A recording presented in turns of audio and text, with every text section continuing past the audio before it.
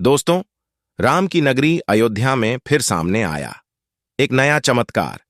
जब गिद्ध और जटायु के साथ साथ बंदरों ने भी किया भगवान राम का सत्कार। दोस्तों, 22 जनवरी को अयोध्या के अलावा पूरे देश में मचेगी खलबली जब पीएम मोदी और योगी जी के साथ राम का स्वागत करते दिखेंगे।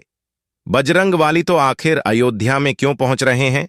सैकड़ों तादाद में बंदर और भालू आखिर कहां से आ रहे हैं?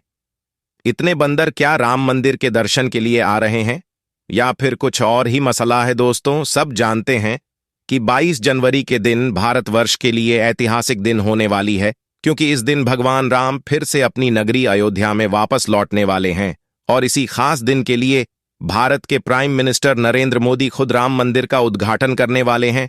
और इनके अलावा सीएम योगी और सचिन तेंदुलकर जैसे बड़े बड़े सेलिब्रिटी इस कार्यक्रम में हिस्सा लेने के लिए आने वाले हैं।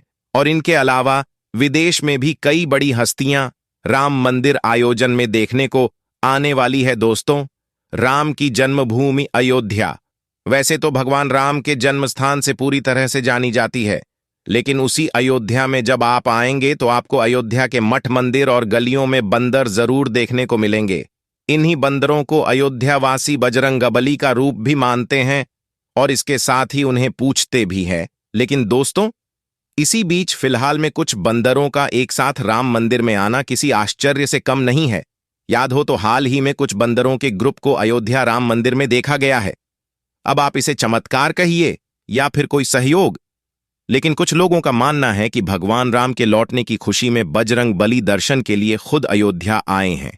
लेकिन क्या है, इसकी पूरी सच्चाई जानेंगे आज के इस वीडियो में। और साथ है अयोध्या के राम मंदिर से जुड़े कुछ और दिलचस्प किस्सों के बारे में चर्चा करेंगे। तो बने रहिए वीडियो के अंत तक और कमेंट में जय श्री राम लिखना मत भूलिएगा। वीडियो में आगे बढ़े उससे पहले अगर आप एक सच्चे हिंदू हैं तो सब्सक्राइब करें इस चैनल को और बेल नोटिफिकेशन को बॉल पर लगाएं ताकि कोई भी वीडियो मिस न हो। दोस्तों, वैसे तो कलयुग में हनुमान जी को राजा माना जाता है और बंदर को हनुमान जी का स्वरूप।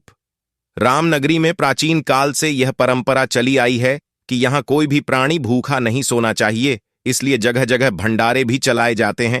तो वहीं इस रामनगरी में बंदरों का भी आदर सत्कार किया जाता है। बंदरों के लिए भोजन की व्यवस्थाएं अनेक जगहों पर होती है। बता दें कि श्री राम नगरी में बंदरों की वारदात कई इलाकों में है। दोस्तों, 22 जनवरी 2024 को अयोध्या नगरी में प्राण प्रतिष्ठा होने वाली और इसमें मुख्य रूप से 5 लोगों की भागीदारी रहेगी। खबर आ रही है कि इसमें प्रधानमंत्री मोदी जी, मुख्यमंत्री अमित शाह और आनंदी पटेल रहेंगी और साथ में धार्मिक मान्यताओं का पोषण करने वाले वैदिक गुरुओं को भी शामिल किया जाएगा। अध्याय इस वक्त विश्व का मानक बना हुआ है। अब इस वक्त वैश्विक स्तर पर लोग अयोध्या को देखने के लिए इंटरेस्टेड हो रहे हैं।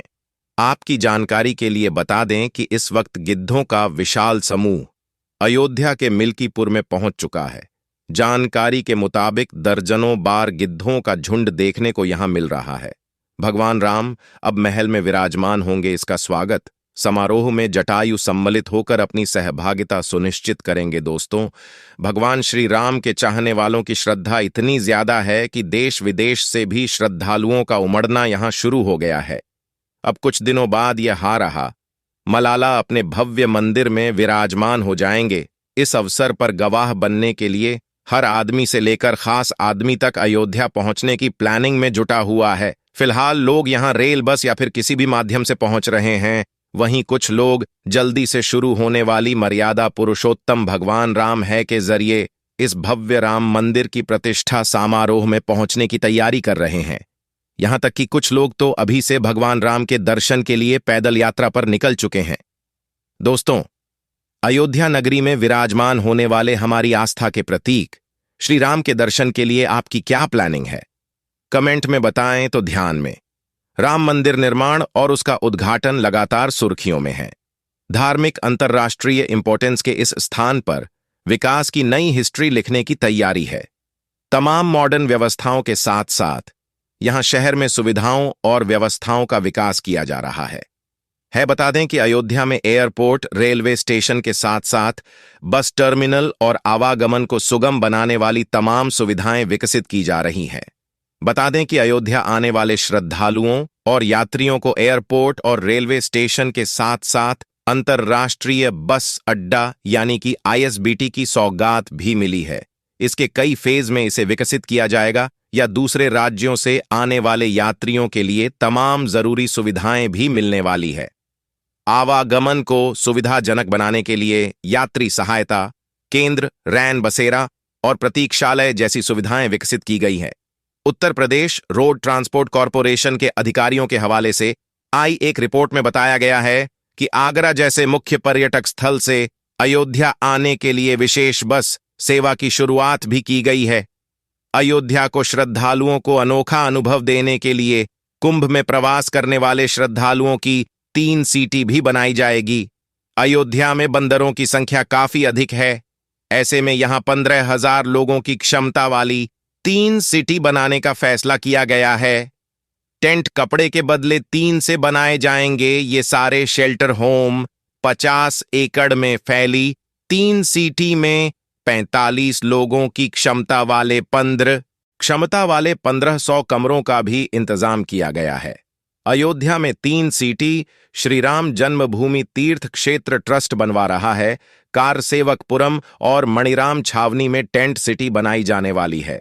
दोनों को मिलाकर लगभग 3,000 लोग के रहने का इंतजाम होगा। बता दें कि श्री राम मन के समारोह में शामिल होने के लिए राम मंदिर ट्रस्ट ने क्रिकेटरों और उद्योगपतियों और अभिनेताओं जैसी कई हस्तियों को निमंत्रित किया है। सम्मानित अतिथियों की सूची में कई परिवार भी शामिल है जो दुनिया भर के 50 विदेशी देशों के प्रतिनिधि हैं। साथ ही गौतम अडानी, रतन टाटा, अरुण नोबेल, दीपिका चोलिकिया, योगी आदित्यनाथ बाबा, रामदेव मोहन भागवत जैसे कई सेलिब्रिटीज भी शामिल होंगे।